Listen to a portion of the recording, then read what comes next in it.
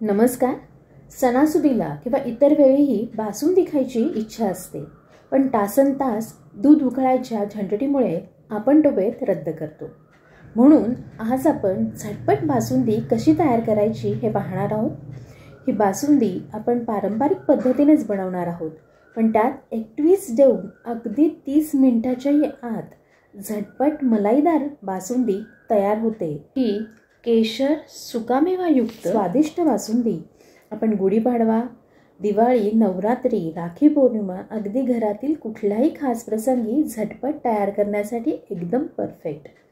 तासनतास दूध न उकळता एका सिक्रेट साहित्य वापरून ही केशर मलाई बासुंदी कशी तयार करायची हे पाहूया. जर आपण या चॅनलवर नवीन असाल, पहिल्यांदा आला असाल तर आपल्या चॅनलला सबस्क्राईब करा आणि बेल आयकॉनला क्लिक करा, म्हणजे नवीन येणाऱ्या रेसिपींचं नोटिफिकेशन सगळ्यात आधी आपल्याला मिळेल. तर इथे आपण 1 लिटर म्हशीचं फुल फॅट दूध घेतलेलं आहे, त्यामुळे आपली बासुंदी छान मलईदार व्हायला मदत होईल. इथे भांड्यात थोडंसं पाणी घेतलं आणि त्यामध्ये हे 1 लिटर दूध घालून आपण गरम करायला ठेवलं. भांड्यात आधी पाणी घालण्याचं कारण असं की आपलं दूध खालती भांड्याला लागून करपू नये म्हणून. आणि आता पुढची कृती पाहण्यापूर्वी मी आपल्या सर्वांचे आरोग्य रुची किचन कट्ट्यावर स्वागत करते. तर आता इथे आपलं दूध छान गरम झालेलं आहे, त्याला उकळी फुटायला लागली आहे. भांडं पसरट घेतलं आहे आपण. पसरट भांड्यात शक्यतो आपण बासुंदी करायची, म्हणजे दूध उतू जाणं हा इश्यू आपल्याला राहत नाही. या गरम दुधातलं 2 ते 2.5 पळी दूध आपण बाजूला काढून ठेवूयात, कारण की आपण इथे एक सिक्रेट म्हणजे आपण इथे मिल्कमेड बनवणार आहोत घरी. हे बघा, इथे जे दुधावर साय येते ती सारखी आपण मोडून त्यामध्ये मिक्स करून घेतो आहे, त्यामुळे आपल्या दुधाला छान घट्टपणा येईल आणि मलईदार होईल. इथे केशर घेतलेलं आहे आणि केशरमध्येही हे कोमट दूध थोडंसं घालून घेते. केशर त्यामुळे छान भिजेल आपलं आणि केशराचा चांगला छान स्वाद आणि रंग आपल्या बासुंदीला येईल.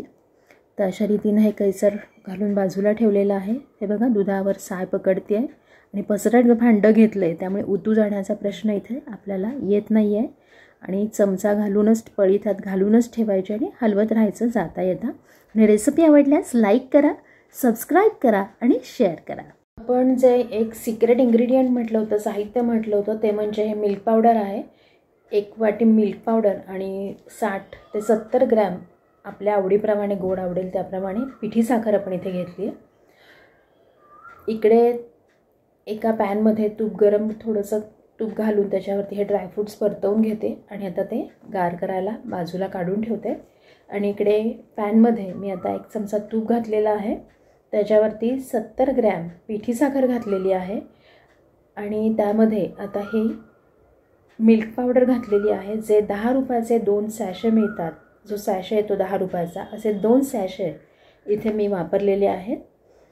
त्यामुळे ही पिठी साखर आणि मिल्क पावडर आपण एकत्र करून ह्यापासून आपण होममेड मिल्कमेड तयार करतो आहे. तर यामध्ये आता आपण हे मघाशी काढून ठेवलेलं दूध घालून घेतलेलं आहे. तर अशा रीतीनं हे आपलं होममेड मिल्कमेड तयार होणार आहे आणि यामुळे आपल्या बासुंदीला छान घट्टसरपणा येणार आहे आणि खूप वेळ आपल्याला दूध उकळत बसण्याची गरज पडणार नाही आहे. तर ही आपली आजची सिक्रेट ट्रिक होती की ज्यामुळे आपली बासुंदी लवकर घट्ट व्हावी. हे बघा, अशा रीतीने आपण छान मंद आचेवरती हे परतून घेतले. असं थोडंसं घट्टसर मुद्दामून केलं आहे मी ते. आणि यामध्ये तेच बासुंदीचं उकळत असलेलं दूध थोडंसं घालून घेतलेलं आहे. आपण जर केशर घालणार नसाल तर हे मिल्कमेड आत्ता मी दाखवलं इथपर्यंत आपण छान परतून घ्या, म्हणजे त्याचा जो तांबूस रंग आहे तो आपल्या बासुंदीला येईल. हे बघा, अशा रीतीनं. आणि त्यामध्ये मी उरलेलं जे आपण काढून ठेवलेलं दूध होतं तेही घालून घेतलं, छान ते गरम केलेलं आहे. आणि आता ते आपल्या या उकळत्या दुधात आपण घालून घेणार आहोत. हे बघा, दूध आपलं बरंचसं आटलेलं आहे आता यामधलं. आणि आता जे आपण हे तयार केलेली आहे मिल्कमेड होममेड ते घालून घेणार आहोत यामध्ये. आणि बाजूला जी साय चिकटून राहते ती आपण काढून घ्यायची, म्हणजे आपलं दूध छान मलईदार होतं. हे बघा, आपण पाहू शकता दूध आपलं बरंचसं आटलेलं आहे आणि त्या आटलेल्या दुधामध्ये आता आपण हे होममेड घरी बनवलेलं आपलं मिल्कमेड घालून घेतलेलं आहे. मिल्कमेड घातल्यावरती आपण त्याचा रंग पाहू शकता, असा थोडासा तांबूस आलेला आहे. आपण जर केशर घालणार नसाल या बासुंदीमध्ये, आपल्याला केशरयुक्त बासुंदी करायची नसेल तर आपण अशा रीतीने ही बासुंदी करू शकता केशर न घालता. त्याला असा रंग येईल. पण इथे मी केशर घालणार आहे. खूप सुंदर रंग आलेला आहे केशरला. केशरची जर क्वालिटी चांगली असेल तो खूप छान रंग आणि स्वाद आपल्या पदार्थाला येतो. तर अशा रीतीने आपण पाहू शकता केसराचा छान रंग आलेला आहे आणि स्वाद तर असणारच आहे. आणि मगाशी आपण जे ड्रायफ्रूट्स परतले होते ते घालून घेतलेले आहेत इथे. आणि यामध्ये थोडेसे चारोळे आत्ता घालते आहे मी. त्यामुळे आपली ही बासुंदी अशी खूप छान केशरयुक्त सुकामेवा अशी छान रिच मलईदार तयार होणार आहे. हे बघा झाली तयार आपली बासुंदी. अशी घट्टसर होईपर्यंत थोडीशी बघा, हे बघा या कन्सिस्टन्सीमध्ये मी तिला आटून दिलेली आहे. पण आता ही आपल्याला वाटते एवढी पातळ थोड्या वेळाने राहणार नाही, कारण की गार झाल्यावरती ती घट्ट होते. तर आपल्याला बासुंदी, हे बघा आता गॅस बंद केला आणि झाकण ठेवून दिलं आहे आणि थोड्या वेळाने गार झाल्यावर आपण पाहू शकता ती किती घट्टसर झाली आहे. आपल्याला जर एवढी घट्ट बासुंदी नको असेल तर बासुंदी घट्ट व्हायला लागल्यावर गॅस बंद करा. हे बघा यामध्ये थोडंसं आपण वेलची पावडर घालून घेतली आहे, स्वादानुसार आपल्या आवडीप्रमाणे घालून घेऊ शकता. आपल्याला जर एवढी घट्ट बासुंदी नको असेल तर आपण गॅस थोडा आधीच बंद करायचा, कारण की बासुंदी गार झाल्यावर घट्ट होते आणखी. आता ही बासुंदी खायला तयार आहे. ती एका बाउलमध्ये मी काढून घेतली आहे.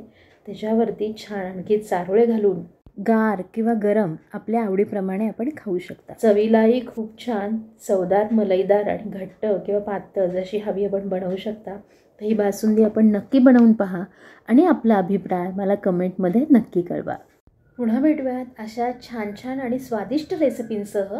तोवर आनंदी रहा, आरोग्यदायी आणि रुचकर खा आणि पाहत रहा आरोग्य रुची किचन कट्टा. धन्यवाद.